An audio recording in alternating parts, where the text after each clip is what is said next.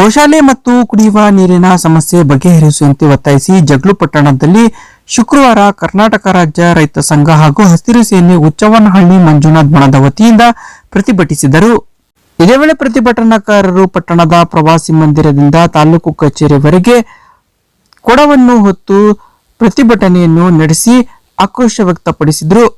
ನಂತರ ತಾಲೂಕು ಕಚೇರಿ ಎದುರು ಜಮಾಯಿಸಿ ಸರ್ಕಾರದ ವಿರುದ್ಧ ಘೋಷಣೆ ಕೂಗುತ್ತಾ ತಹಸೀಲ್ದಾರ್ ಅವರಿಗೆ ಮನವಿ ಸಲ್ಲಿಸಿ ಸಮಸ್ಯೆ ಬಗೆಹರಿಸಬೇಕು ಎಂದು ಪಟ್ಟು ಹಿಡಿದು ಕಚೇರಿಯ ಮುಂಭಾಗದಲ್ಲಿ ಧರಣಿ ನಡೆಸಿದರು.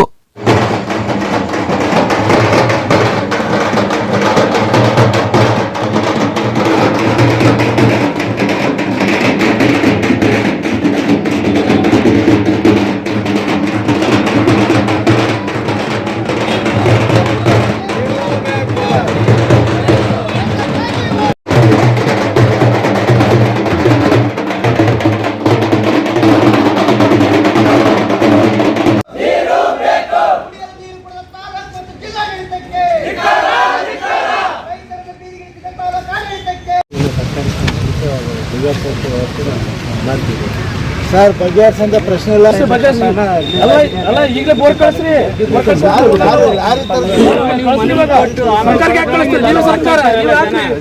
ನೀರು ಸಮಸ್ಯೆ ಇದ್ದೇ ಇದೆ. ತಾವುಗಳು ಕೂಡ ಅದನ್ನು ಗಮನದಲ್ಲಿ ಇಟ್ಟುಕೊಂಡು ನೀರನ್ನು ಬಳಕೆ ಮಾಡಬೇಕಾದಂಥ ಪರಿಸ್ಥಿತಿನೂ ತಾವು ತೋರಿಸ್ಬೇಕಾಗುತ್ತೆ. ನೀರಿದೆ ಬೇಕಾಬಿಟ್ಟು ಸರ್ಕಾರ ಕೊಡ್ತಾ ಇದೆ ಅಂತೇಳಿ ನಮ್ಗೆ ಅಗತ್ಯಕ್ಕಿಂತ ಹೆಚ್ಚಿಗೆ ಯೂಸ್ ಮಾಡೋದು ಇದಿಲ್ಲ. ಈಗ ಇನ್ನು 2 ತಿಂಗಳಲ್ಲಿ ಸ್ವಲ್ಪ ತೀವ್ರವಾದ ಸಮಸ್ಯೆ ಇದೆ. ಅದನ್ನು ನಾವು ಹಂತ ಹಂತವಾಗಿ ಅತಿ ಶೀಘ್ರದಲ್ಲಿ ಪರಿಹರಿಸುವಂಥ ಕ್ರಮವನ್ನು ತಾಲೂಕು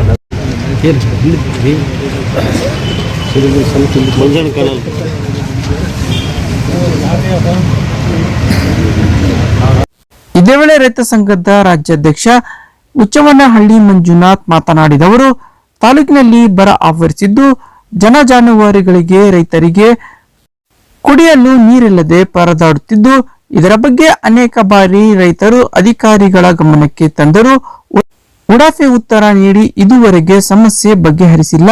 ಹೀಗಾಗಿ ಜನರ ಸಮಸ್ಯೆ ಬಗೆಹರಿಸುವವರೆಗೂ ತಾಲೂಕು ಕಚೇರಿ ಮುಂಭಾಗ ಧರಣಿ ಮುಷ್ಕರ ನಡೆಸುವ ಮೂಲಕ ಎಚ್ಚರಿಕೆ ನೀಡಿದ್ರು.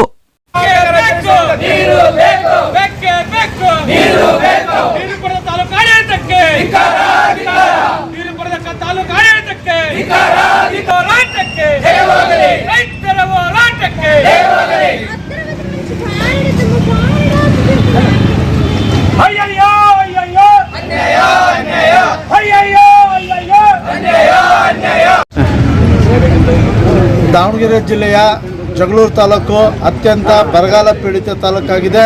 ಇಲ್ಲಿನ ತಾಲೂಕು ಆಡಳಿತ ಸಮಗ್ರವಾದ ಕುಡಿಯುವ ನೀರಿನ ಒಂದು ಕೊರತೆಯನ್ನು ನಿಭಾಯಿಸುವಂಥ ಶಕ್ತಿಯನ್ನು ಕಳ್ಕೊಂಡು ಇವತ್ತು ಆ ಹಳ್ಳಿಗಳಲ್ಲಿ ಕುಡಿಯುವ ನೀರಿನ ಸಮಸ್ಯೆ ಆಗಿದೆ.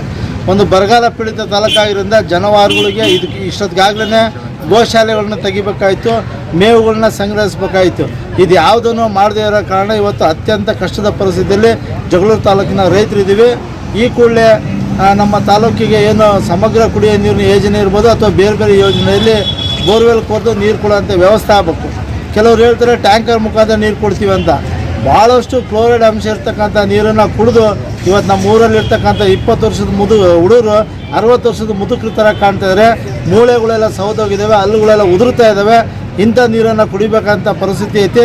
ತಾಲೂಕು ಆಡಳಿತಕ್ಕೆ ಕೇಳಿದ್ರೆ ಉಡಾಪಿ ಉತ್ತರವನ್ನು ಕೊಡ್ತಾರೆ. ಆ ಕಾರಣ ಏನು 80 ಹಳ್ಳಿಗಳಿಗಿಂತ ಹೆಚ್ಚು ಕುಡಿಯೋ ನೀರಿನ ಸಮಸ್ಯೆ ಇದೆ. ಅವೆಲ್ಲ ಹಳ್ಳಿಗಳಿಗೂ ಬೋರ್ವೆಲ್ ಹಾಕಿ ನೀರು ಕೊಡೋ ತನಕ ನಾವಿಲ್ಲಿಂದ ಹೋಗೋದಿಲ್ಲ ಅಂಥೇಳಿ ಉಗ್ರವಾದ ಹೋರಾಟವನ್ನು ಮಾಡ್ತಾಯಿದ್ದೀವಿ. CS ನಿನ್ನೆ ಕುಡಿಯೋ ನೀರಿನ ವಿಚಾರಕ್ಕೆ ಬಂದಾಗ ನಮ್ಮ ಗ್ರಾಮಸ್ಥರೆಲ್ಲ ಮನವಿ ಮಾಡಿದಾಗ ಬಾಟ್ಲು ನೀರು ತಗೊಂಡು ಸ್ಕೂಲಿಗೆ ಹೋಗಿ ಕುಡಿಯೋಕೆ ಹೇಳ್ರಿ ಅಂತಾರೆ. ಬಾಟ್ಲಿ ನೀರು ಸ್ಕೂಲಿಗೆ ತಗೊಂಡೋಗಿ ಕುಡಿಬೋದು. ಅಲ್ಲಿ ವಾಶ್ರೂಮ್ಗೆ ಹೋದಾಗ ತೊಳ್ಕೊಳಕ್ಕೆ ಬಕೆಟ್ ನೀರು ತಗೊಂಡು ಮನೆಯಿಂದನೇ ಬಕೆಟ್ನ ನೀರು ತಗೊಂಡು ಹೋಗ್ಬೇಕಾ ಅಥವಾ ಸ್ಕೂಲ್ ಬ್ಯಾಗ್ ಹೊತ್ಕೊಂಡು ಹೋಗ್ಬೇಕಾ? ಇದನ್ನು CS ಉಡಾಪಿ ಉತ್ತರ ಕೊಟ್ಟಿದ್ದಾರೆ.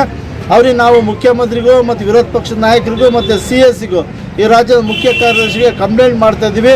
ಮತ್ತು ವಿದ್ಯಾರ್ಥಿಗಳು ಸಹ ನಾಳೆಯಿಂದ ಚಳವಳಿಗಳನ್ನು ಆರಂಭ ಮಾಡ್ತಾ ಇದ್ದಾರೆ. ಹಂತ ಹಂತವಾಗಿ ಇವೇನು ನಮ್ಮ ಬೇಡಿಕೆ ಈಡೇರೋ ತನಕ ಉಗ್ರವಾದ ಹೋರಾಟ ಮಾಡ್ತೀವಿ. ಬುಧವಾರದೊಳ ಬಗೆಹರಿಲ್ಲ ಅಂತ ಹೇಳಿದ್ರೆ ಜಿಲ್ಲಾಧಿಕಾರಿ ಕಚೇರಿ ಮುತ್ತಿಗೆ ಹಾಕಂತ ಕಾರ್ಯಕ್ರಮ ಹಮ್ಮಿಕೊಂಡಿದ್ದೀವಿ ಅಂತೇಳಿ ಈ ಒಂದು ಹೋರಾಟದ ಹಿನ್ನೆಲೆ ಮುಖಾಂತರ ಹೇಳ್ತಾ ಇದ್ದೀವಿ. ದಯವಿಟ್ಟು ತಾಲೂಕು ಆಡಳಿತ ಎಚ್ಚೆತ್ತುಕೊಂಡು ಕುಡಿಯುವ ನೀರನ್ನ ಒದಗಿಸಬೇಕು ಅಂತೇಳಿ ಒತ್ತಾಯ. ಇನ್ನು ರೈತರು ಅಲ್ಲೇ ರಾತ್ರಿಯಾದರೂ ಹಾಸಿಗೆ ಹಾಸಿ ಮಲಗಿ ವಾಸ್ತವ್ಯ ಹೂಡಿದ್ದಾರೆ.